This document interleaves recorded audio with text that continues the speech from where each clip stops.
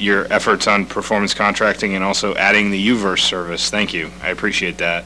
I saw in the Herald this week you were talking about a cost-benefit analysis with regard to the U-Verse. I don't know how that would work. With regard to the benefit, I mean, I actually spoke to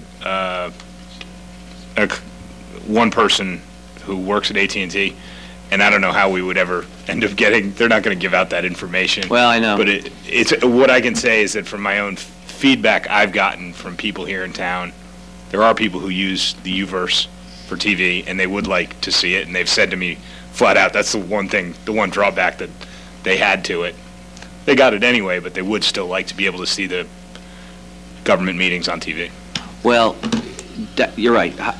The big problem for us is they won't tell us how many subscribers they have. So you really don't know whether you're denying 100 people, 1,000 people, or 10,000 people the opportunity to watch this.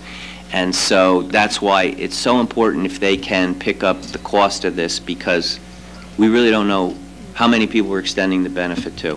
I'm hoping they could at least be somewhat general or vague, Tim, or say it's 5 times what it was last year, or, you know, but I don't know. I know that they're not likely going to give us an exact number, so yeah, it's going to be challenging. I did read it, I think it was an article in the Register about Wallingford, where they got about a $20,000 grant from someplace, I don't know where, for the equipment that they needed.